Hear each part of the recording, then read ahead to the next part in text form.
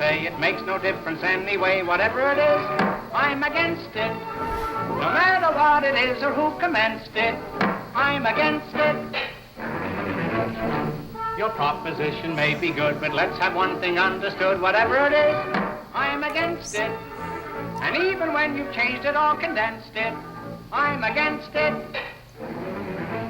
I'm opposed to it. On general principles, I'm opposed to it. He's opposed to it. In fact, indeed, he's opposed to it. For months before my son was born, I used to yell from night till morn. Whatever it is, I'm against it. Hi, this is Jim Ruff, and welcome to the Jim Ruff Show. I'm here today with two friends of mine from the Department of Agriculture in Washington State, Jeff Larsen and Linda Condon. And we're here to talk about a wisdom council that they have been doing. They did a pilot study and now they're ready to take it into production. And so we're really serving two purposes today. One is to televise tell people about it in the local community, but also to tell people about it in the Department of Agriculture. So the others will be watching the video there too. So Linda and Jeff, thank you for coming and welcome. Thank you. You're welcome. Yeah.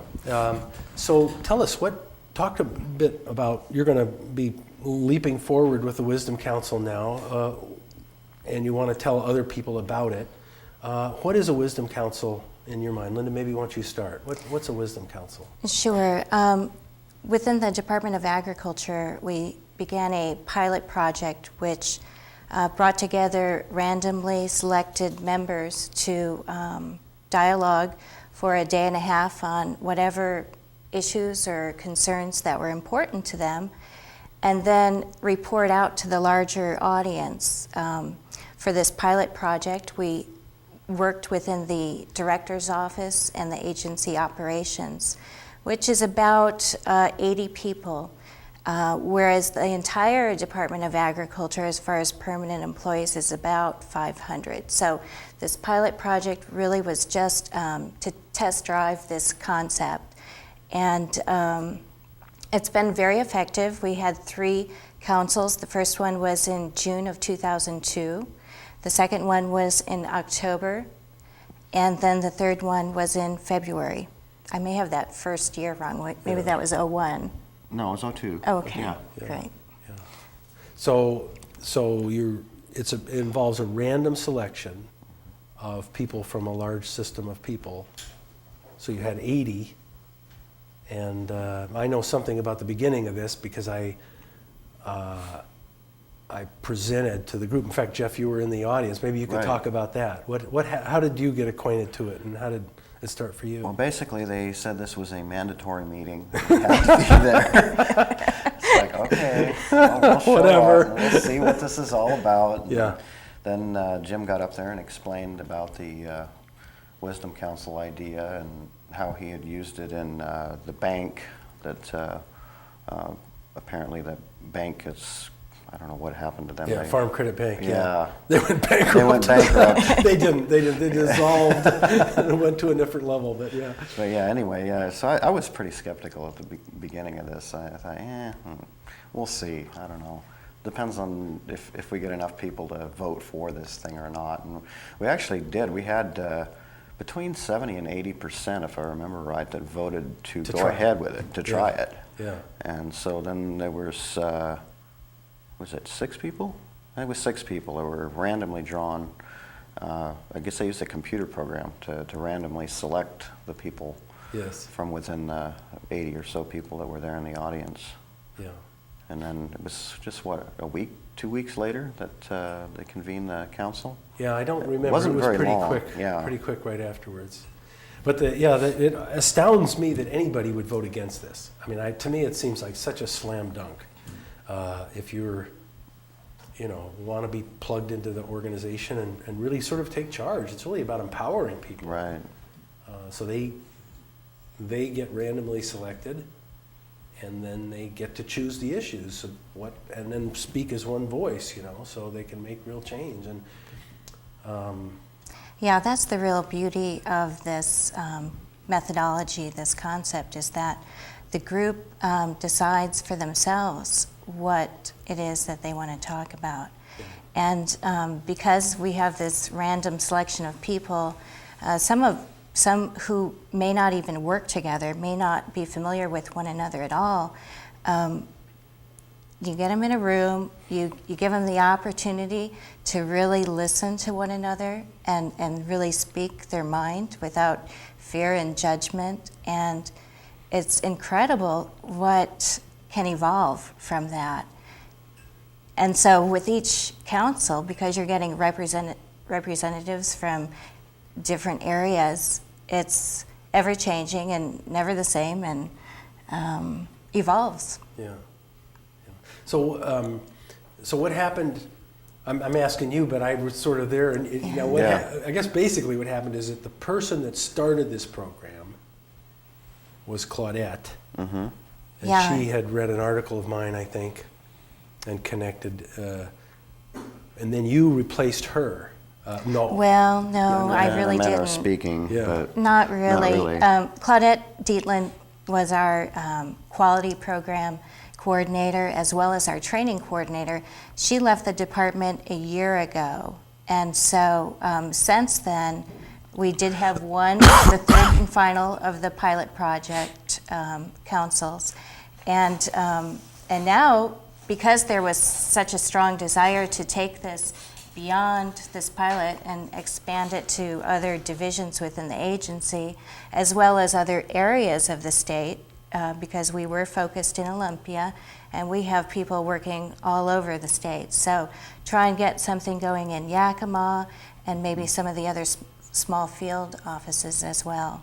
Right. So they didn't replace Claudette's position, and that sort of accounts for why there's a struggle to get this thing going again. And so you're picking up the ball, even though you don't have the position really. Exactly. We have support from our deputy director, Bill Brickerson, to go forth with this idea. And it's just a matter of course, finding the time to gather the people to get our strategies together. Yes. But we're planning on doing that very soon. So, okay, so you did it with the group of 80. Well, let's talk about that for a minute. What happened in the first 3 sessions? Well, in the first session, the participants came up with, well, we've got too many things to do. We've got multiple priorities, and there hasn't been any real clear direction on what's the most important, what things can be dropped. We're just overworked and not any foreseeable future of being able to control that. So, we came up with some strategies of maybe how to resolve some of that. Yeah, there was a real.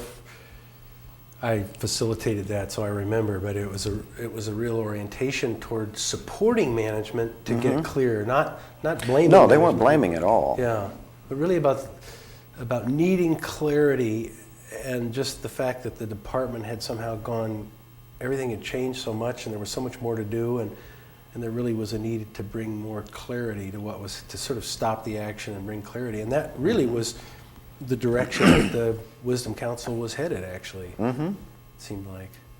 Yeah, and the second one, that's the one I actually participated on. We focused on this thing we call the silo effect, where you got a program that's over here doing their own thing, you got a program over here doing their own thing, and one over here doing their own thing, and none of them communicate with each other much. Just other than what they're told to do as far as communication, but they got their own little world there that they work in, and nothing outside that world is ever really considered. Yeah. So you made a presentation. You came up with some statements about the silo effect, and you made a presentation, and everybody then turned their chairs and talked in small groups about it. I think that was probably the most powerful thing, was just getting together and just turning around and talking to the people that were near you about what this all meant to you. Right. That kind of got the conversation going out to the larger group. Yes.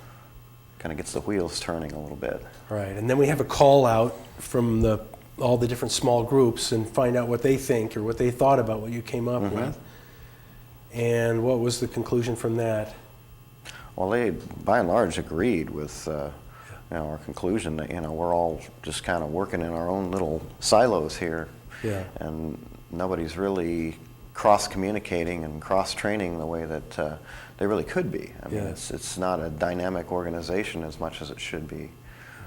So what you had is that group of 80, that subgroup of the system, all in agreement and all knowing they're in agreement that this is a big problem. Right. And so what kind of changes came out of that?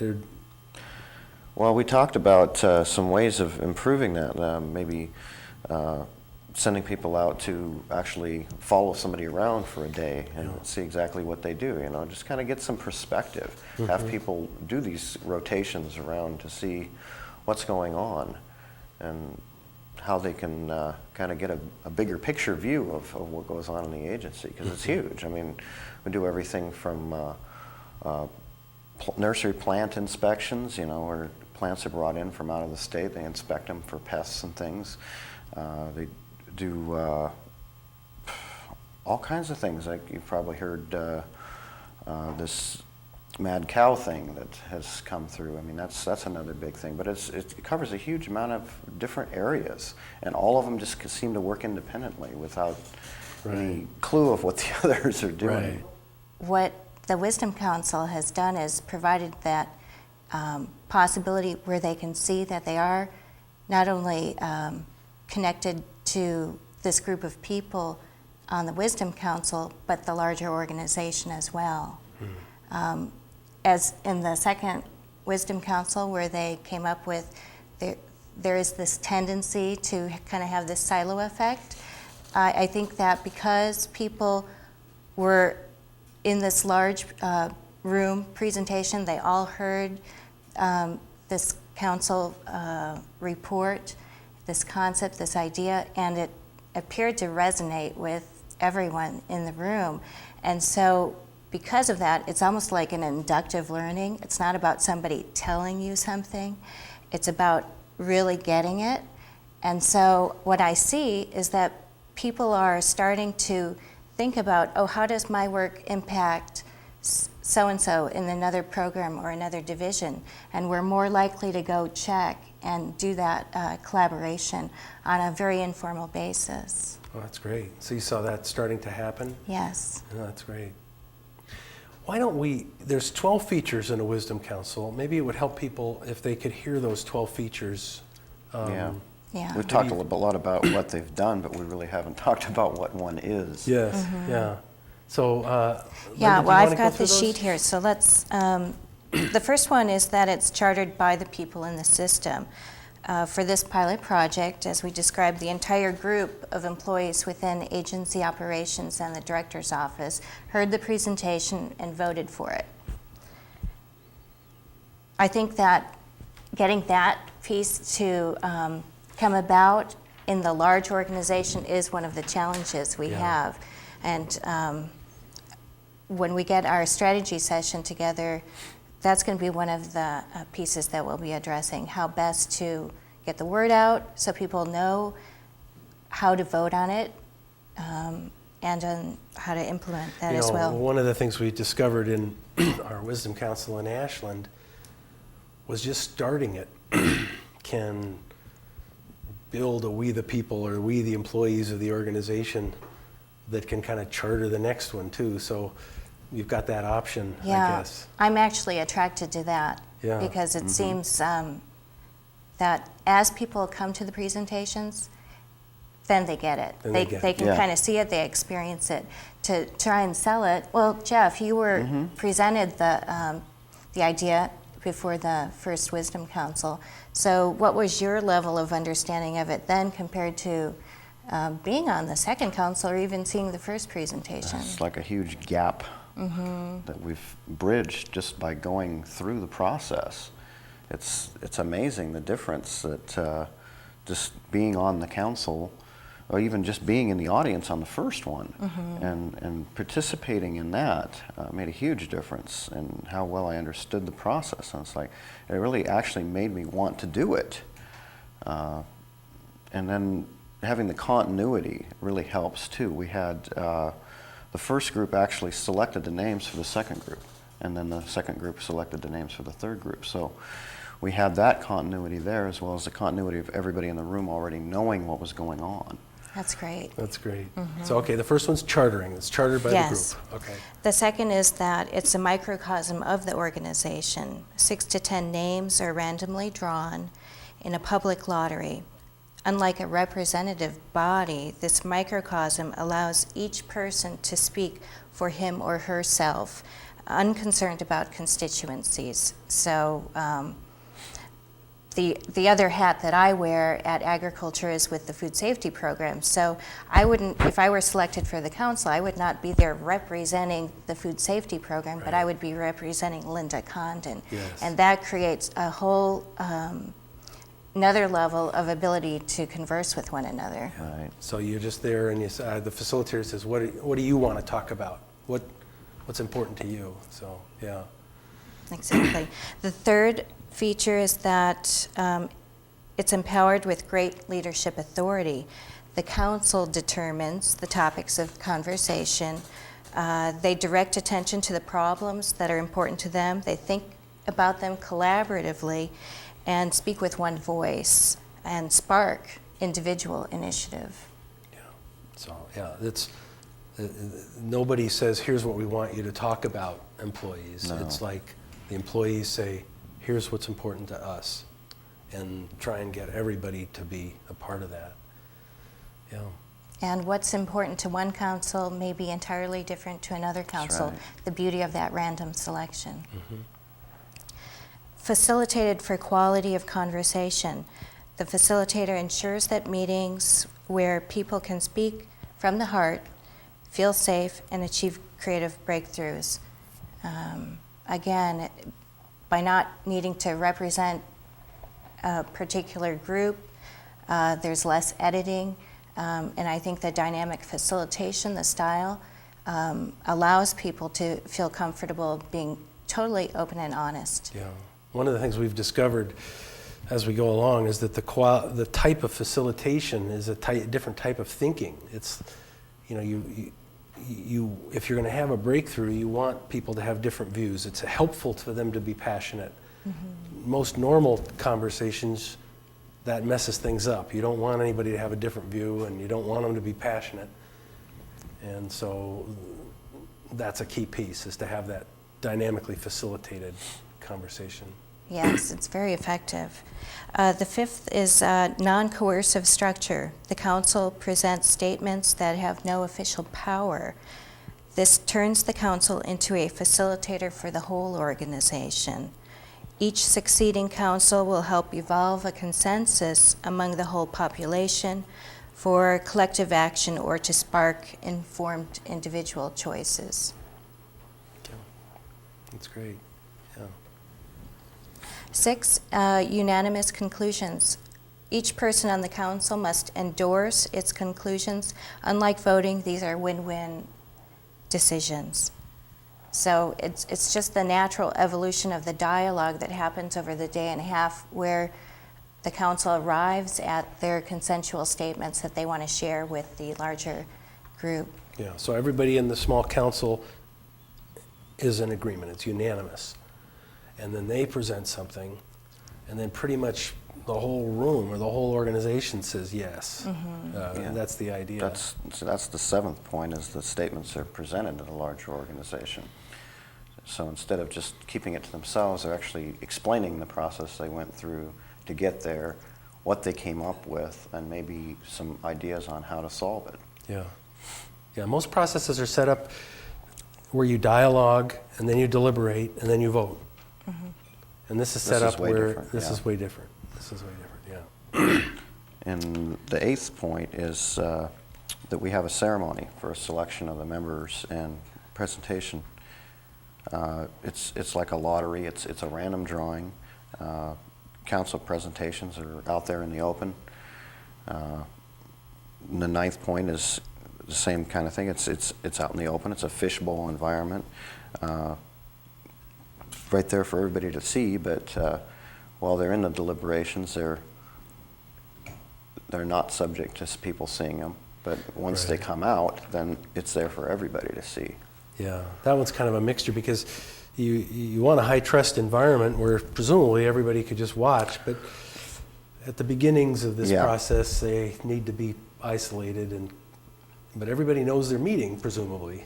Yeah. At least, yeah. And actually, it's very important, I think, on this piece that that the council members know that this is their focus for the day and a half or 2 days. Right. You know, not to be running back and checking the email, because you want to keep that continuity going. Right. That's your job for the day, is just to work on the council.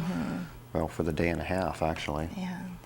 So, and then the 10th point is dialogue throughout the organization. What we do is, after the council gives this presentation, everybody in the room turns around and talks to people near them about what they thought about it, what those ideas meant to them. And that kind of sparks the conversation going out into the larger group. It's very powerful. And that carries on after the presentation as well, heading down for coffee and talking with people who may or may not have been there. So That's it right. continues, that dialogue continues beyond the presentation. And the 11th feature is that we want to have ongoing councils. It's not a one-time event. We've done 3 pilots now. We want to put this out to the larger organization. Have employee councils in Yakima, maybe Spokane, maybe Right. Kalama, even in the larger group in Olympia as well.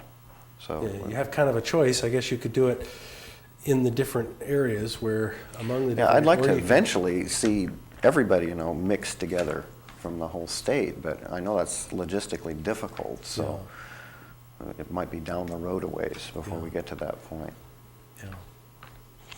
And the last feature is a parallel structure. It's something that goes on alongside what's currently going on in the organization. It's not replacing it, it supplements it, it goes along with it. Yeah. So, Yeah, it's added information. We have employee surveys. I mean, that's one way that the organization can measure how things are going with employees on various issues, whereas this is a different way of gathering information, a pulse on the organization and the employees within it. So it doesn't replace the survey way of learning about it, but adds another element. yeah, and there's a different, a survey is something like where management sits up in its tower and kind of measures what's going on down there. And this is Right. where the employees say, hey, how are we doing? And it's not somebody else doing it. It's us, all of us together figuring out how we're doing, what we want to be having, and noticing that everybody kind of is on the same page. Everybody feels the same. And frequently we find out we're not doing that well. But at least we can do something about it if we know that there's a problem. Yeah. Yeah, and then so there's the 12 features, and you've pretty much done them all. I mean, you have done them all, I think, except the chartering is kind of hard to do when you're in an organization that has a management structure that really is in charge. Then it's still we the people saying, yes, we want to do this, but management could pull the plug. Right, at they any could, moment. but It's they not are a- very supportive. Yes, they have. It's not a democracy like the town of Yakima or something. It's where the citizens really are in charge, but it's within an organization. But you've done, other than that, you've done them all. So that's fantastic. Well, it gets people talking again. I mean, people just kind of sit in their cubicle and do their own thing in our building, and then out in the field, of course, you have people that work in these packing houses that just inspect fruit all day, and they never see anybody outside that fruit packing plant. So, Yes. except for their monthly staff meeting maybe, and that's usually just a top-down approach. Get information from the boss and go back out and do your thing. But this actually encourages conversation among everybody. Yeah. It's a different level of talking. Yeah. It's not like emails. I've noticed emails they're just information passing. Yeah. You aren't really talking. And No. to run an organization on emails is a disaster, I feel. But this is where you're trying to, where you've got a mechanism that can facilitate everybody to really talk, to do big talk instead of little talk, and to reach consensus about what we're trying to do, and not just a survey where you just say yes, no, check the box, or even a discussion where you back and forth agree, disagree. It's about being creative together. Yeah, because then everybody's asking, well, who wrote this survey? Where'd they come up with these Where'd they come questions? What are they going to do with the results anyway? Yeah. Well, we did one of these 5 years ago, and nothing ever came out of it. Right, You know? right. Now there's nobody to blame Yeah. because it's Yeah. us doing this stuff, and we're all Yes. going to keep meeting and talking. Yeah, and there's something about having everyone in that large room hearing the same thing at the same time versus a select group of people who are analyzing survey results. Right. There's just a broader sensation of understanding that we are part of a team. Yeah. And I think that flows into other parts of our work. Yeah. So if you were one of the people that's out there alone, working mostly alone, and liking it probably, and what would you say to them about this prospect? I mean, what about the Wisdom Council process, and how would it help them? I'd say give it a try. Yeah. It might seem a little peculiar at first compared to your isolation, working out in the field alone, but I think you can get some great benefits by seeing that you're part of an organization and you can be part of the solutions to some of the problems that you're encountering that other people may also be encountering. Yeah. So it's a way to get help from the whole organization. Exactly. Yeah, it brings people closer together, too. I've noticed that it's much more of a sense of community now, at least within our division, than it was before. I mean, we hardly ever even knew who was in other programs in the division. Yeah. I remember one of the groups, I think it was the last one, that talked about the sense of community. Or, I remember just somebody saying that, gee, we used to know one another and talk to one another. Now we're all in these little communities and we're answering emails and we don't even know one another. So No personal touch anymore, yeah. But this brings that personal touch back. Yes, it brings the human element of the organization back to life. That's what. And so the bottom line is that the actual choice about whether or not to do this is up to the person. Yeah, exactly. It's up to the person. They can do it. And so if they want to go ahead, they can vote for it or whatever. And hopefully, like I say, I can't believe anybody would ever vote against it, but I don't know. I think we're probably, I think we're about out of time. Okay. So I really appreciate your coming and driving up. Thanks for having us. Yeah, that's great. Yeah, I appreciate it. And we'll be paying attention to how this program goes, and especially with this mad cow thing, it could be very exciting to see how this helps move things forward. Absolutely. Thank you. Thank you very much. Thank you. Linda Condon and Jeff Larsen.